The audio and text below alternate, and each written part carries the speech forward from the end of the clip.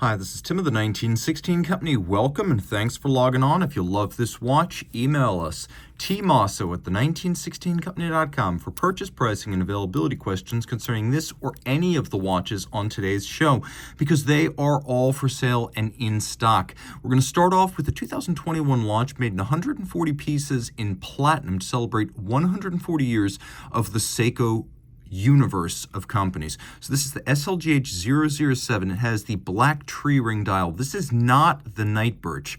That's the 017. That's not a precious metal watch. This is massive in platinum, but not huge in size. It's 40 in diameter, and then I measure it 46.6 from lug tip to lug tip. It has a full platinum clasp. We're going to throw this on my wrist. Again, this is the tree ring dial, not the Night Birch. They are distinct in detail. On the wrist, it's a massive thing. You can really feel the heft of it. Now, the strap is still brand new, so it's not broken in, so there's a little bit of stiffness here, but even with the strap pulled tight, you can see the lugs are well inboard of the edge of my wrist on either side, and then over the top, which tends to exaggerate the width of the watch, you can see just pulling tight, it's still not beyond the edge of my wrists. It's not super thick either, as you can see in profile. This one's just over 13 millimeters thick. It wears reasonably, and it will fit underneath dress cuffs. The strap, although not broken in, is very substantial. You can see they're not shorting you the leather and just how thick that cut is. It's shear cut on the profile and then lacquered for refinement. Large rectangular symmetrical scales, a really good, high quality, expensive cut of the animal. On the bottom, even though the strap's not broken in, it has that buttery quality of Grand Seiko calfskin leather. These Japanese made straps feel as though they're broken in, even though you can see plainly the strap has not been worn. Now, the dial of the watch has a pattern that can be a little bit difficult to discern unless you get some light on it. You can see that the grain primarily runs horizontally, and it's designed to look like the rings inside a tree when you cut through the wood to the core. So this is not necessarily a bark design. It's not like the white birch, the Night Birch.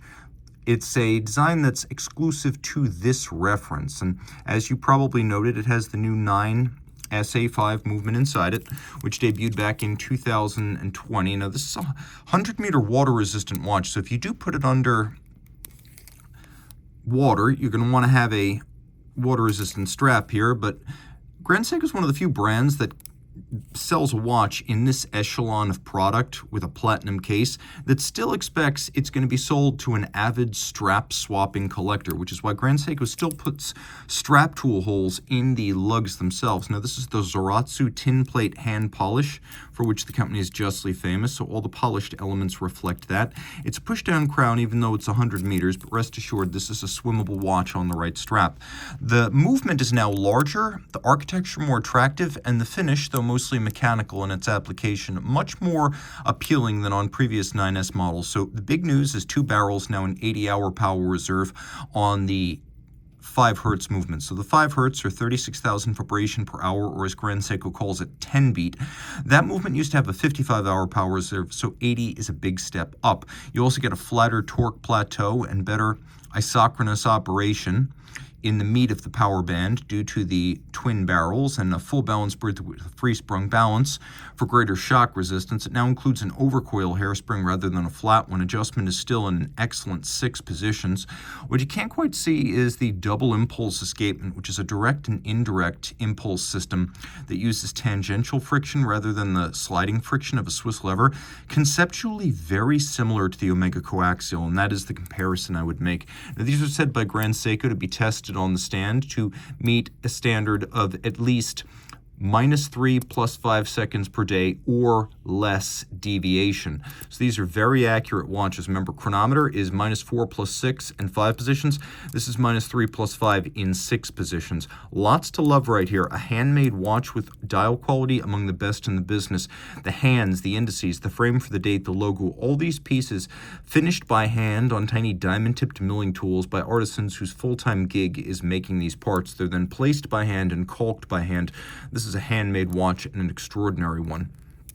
So moving from Grand Seiko to Holy Trinity, you might be surprised that the last and simplest versions of the Vacheron Constantin Quai are by far the most desirable. So the Quai arrived in 2008, and it was a busy watch, to say the very least. Technologies brought over from currency production and passport manufacture were designed to frustrate counterfeiters, but how many people were counterfeiting display caseback Holy Trinity dress watches is a valid question.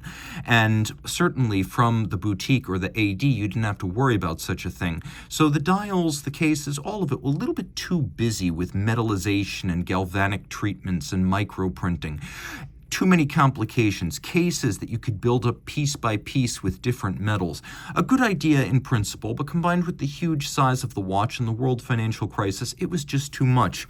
But in 2016, Vacheron gave us the watch that the Quai de Lille should have been from the beginning. Now in stainless steel, 41 millimeters, simple, automatic winding with 3 hands and a radial date. This is a watch that has a robust amount of luminescence, and I do mean a robust amount. You could see the unique date complication, which includes an orbital index rather than a moving date disc, and then the rest of the dial is quite distinct. It also has a feature that was only present on the very last of these. So in 2017, the reference 4500 S1 debuted, and this is the Quai de Lille now in its ultimate form. Steel, automatic, fully loomed, and wait for it, 100 meters water resistant.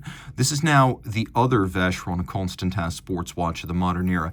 On a matching factory rubber strap with a full deployant clasp, it's 49.9 millimeters from lug to lug, but it's thin at only 12.2 millimeters. It has that tonneau form with tiered lugs evocative of the Art Deco era back in the 1930s, when it was anything but certain that the round wristwatch would be the dominant trope going forward. Back then, they had all sorts of different shapes. It was the period when pocket watches were passing out of favor in favor of wristwatches, but the die was not set in the wristwatch world, and this harks back to that era, while still providing a lot of modern wrist presence and sports watch capability.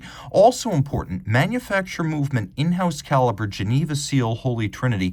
You get all of that with this for not too much over $15,000. And yeah, you can go out and you can buy a 56 self-winding from Vacheron for less, but that's not Geneva seal. It's not a manufacture movement. So it's not a full-blooded Vacheron, whereas this is. In fact, the only difference between this movement and the one in the Overseas self-winding is that the Overseas has a rose gold rotor, and this is tungsten. Everything else, Geneva hallmark, 5-position adjustment, 2 barrels, movement spec, it's the 5100, 60-hour power reserve. The decoration you would get on the Overseas spec 5100, it is all there, making this one of my favorite watches that you can buy for under 20 grand. Again, the full-fat Holy Trinity sports watch experience. I always try to put interesting watches into these features, and sometimes the most interesting watch isn't necessarily the ultimate watch that I feature at the very end of the line.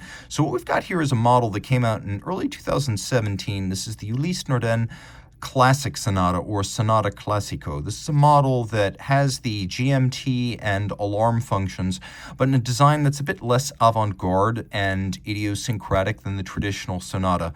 So this has all the features of the Sonata Cathédrale that debuted in the mid-2000s, adding the Sonata's GMT alarm complication to a cathedral gong.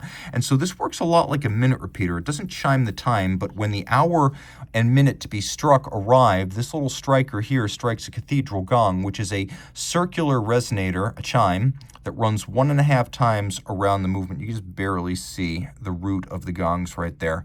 So the way this works is it's got a minute repeater governor to slow down the chiming. It's got the cathedral gongs that go around the movement 1.5 times, and then it's got a striker. You wind it by turning it counterclockwise, at least you wind the alarm. You wind the watch by turning clockwise. You can see the movement, the UN caliber 67, distantly Le Mans based, but made in-house.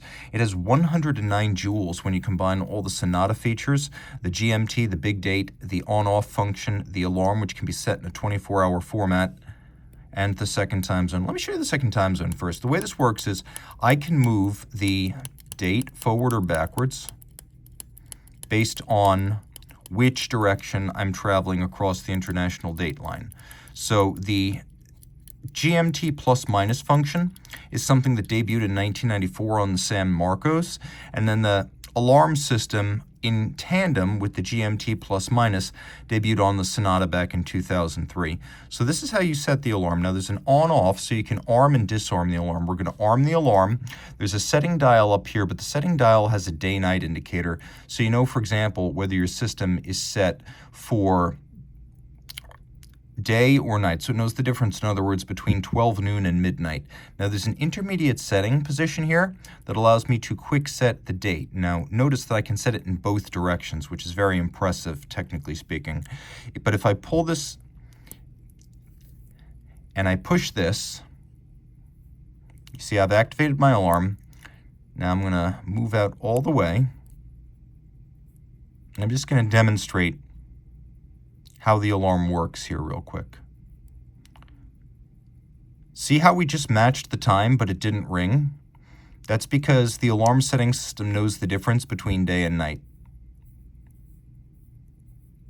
Now, here it comes.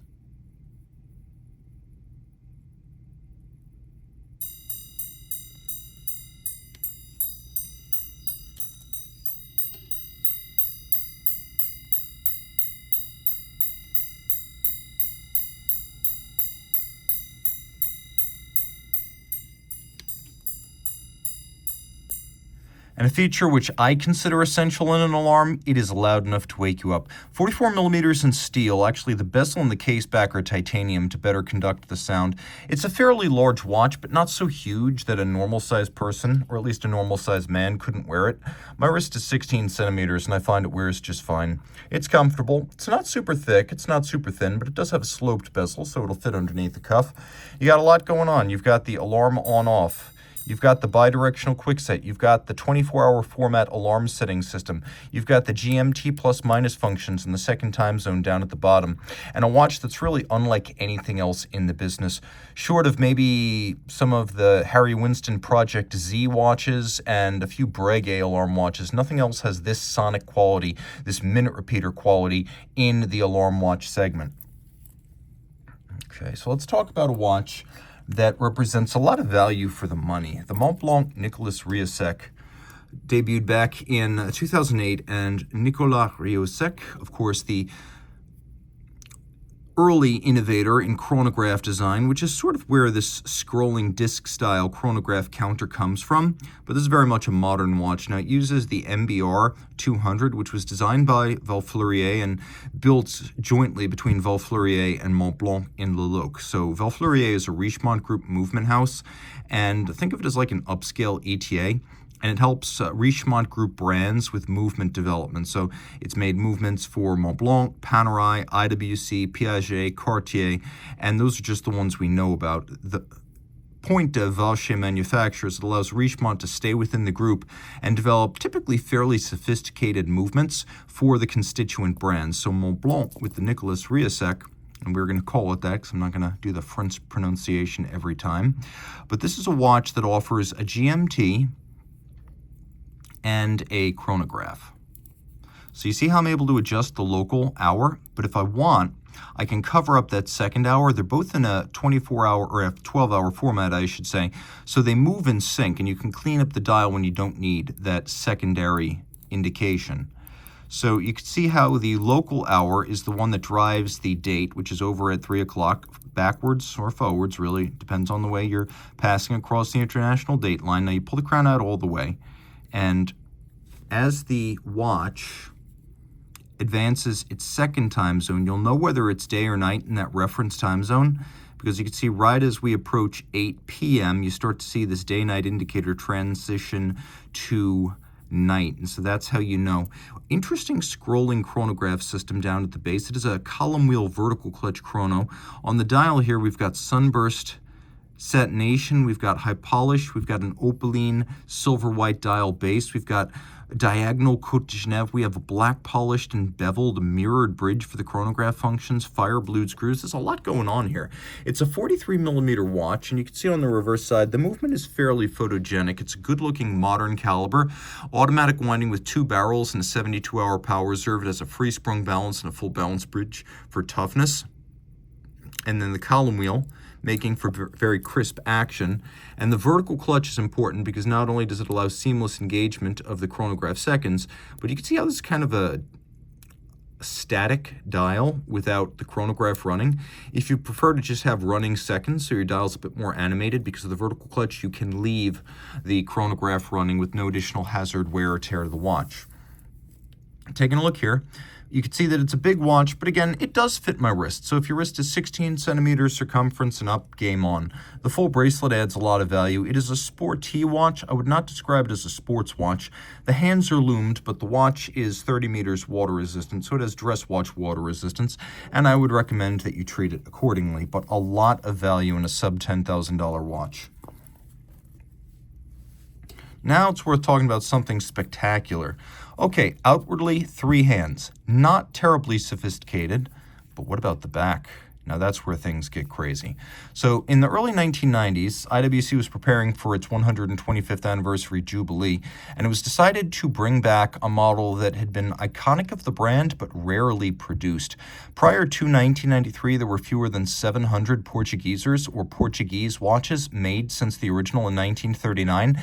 It was an on-off type of watch that was never built in large volumes due to its idiosyncratic combination of a dress watch style and monstrous size. The original Portugieser was developed at the behest of IWC's Portuguese importers. They wanted a wristwatch, purpose-built, not converted from a pocket watch, not an officer's watch, not welded lugs and a hunter caseback, but they wanted a wristwatch, purpose-built to house a pocket watch movement so that it would be as accurate as a pocket watch, because back in the 1930s, a bigger movement was always the more accurate movement. And so an oversized dress watch case was designed to house the IWC pocket watch caliber 74. Well, in 1993, IWC brought the Portuguese back, and this is the 5441-06, the most elite version of the 1993 Portuguese Jubilee. So it's the 5441-06, which means it's a 250-piece limited edition in platinum. 42 in diameter, you can see it is almost a perfect replica of a vintage 325. It even has the historically correct plexiglass crystal, and you can see the pre-1995 hallmarks on the case.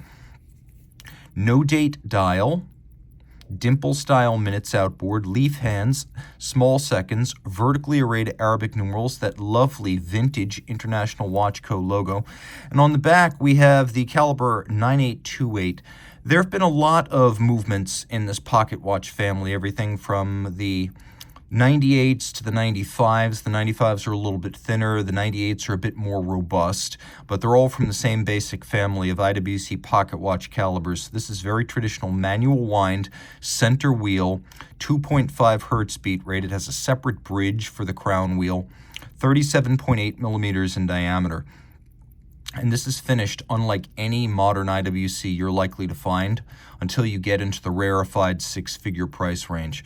Take a look at these bevels. Just look at them gleaming. Mirrored, rounded, and finished by hand.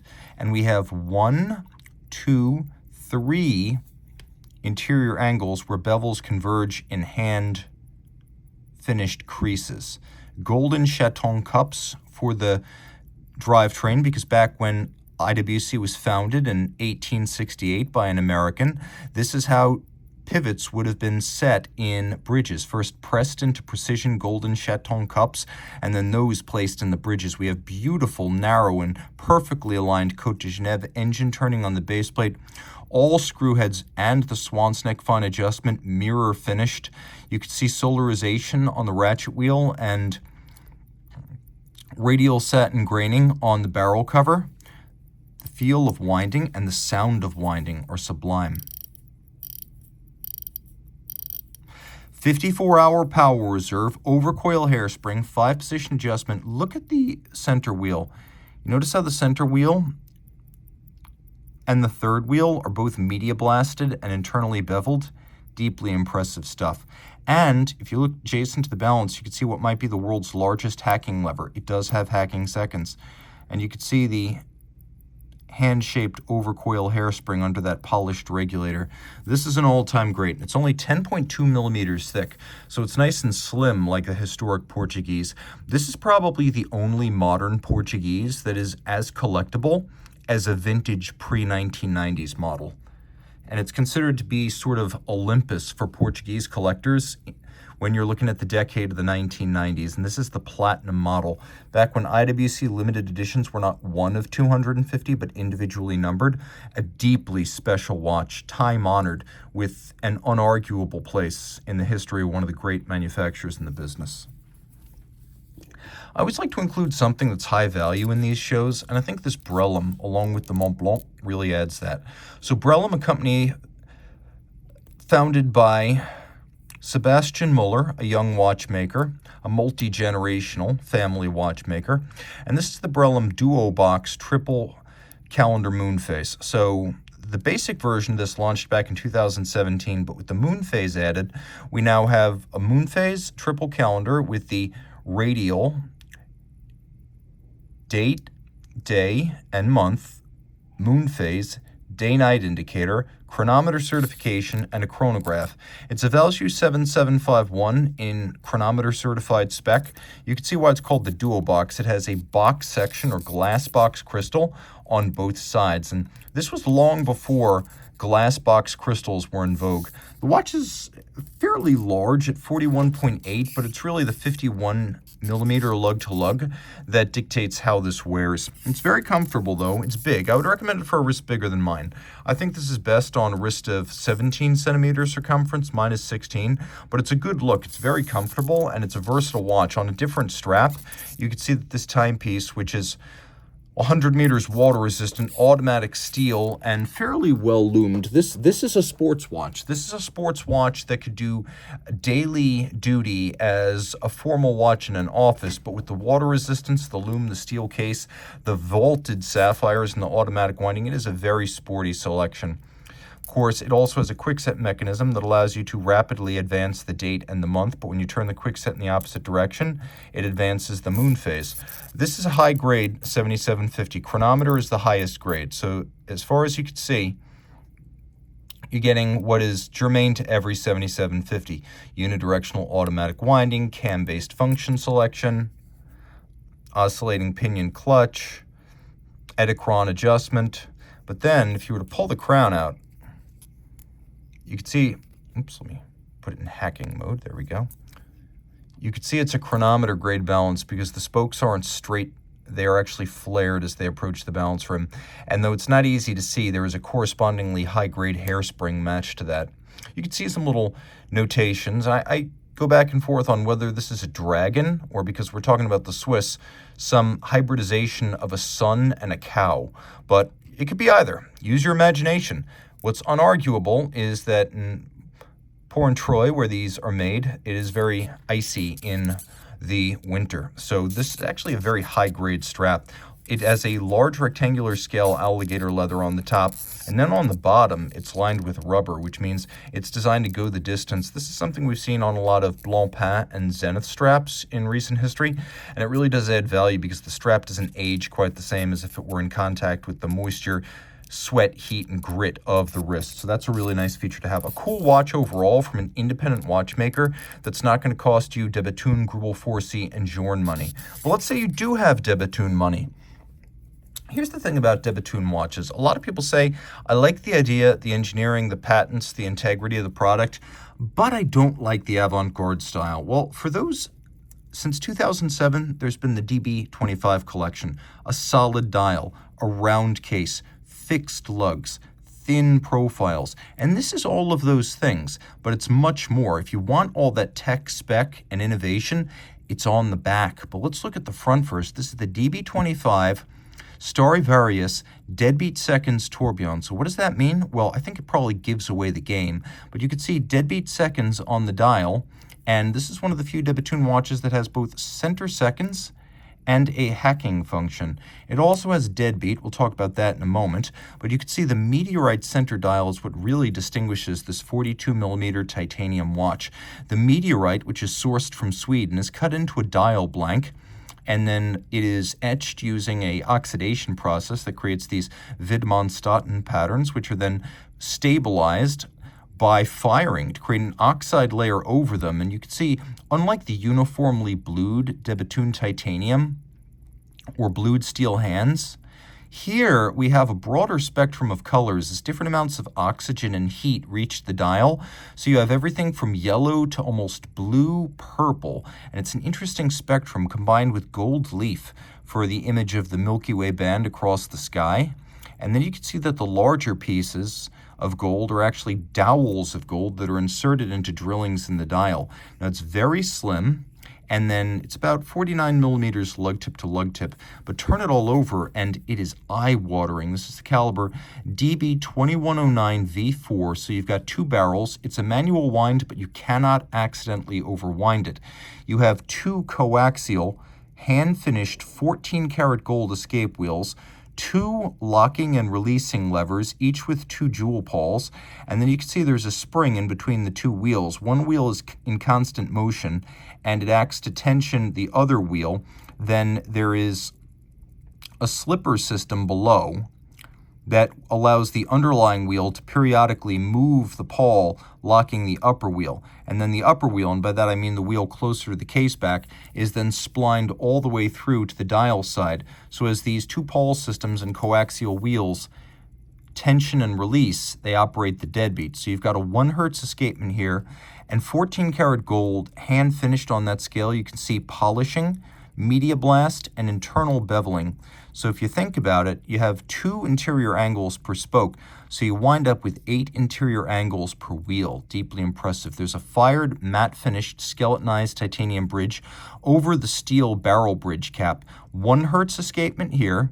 You can see there's another polished steel cap over the base plate. Solarization of the barrel cover, and hard to see, but I'll try to capture it. Micro beveling on the teeth of the ratchet wheel there. The beveling on the bridges, as you can see, is an absolute mile wide. That'll never draw blood.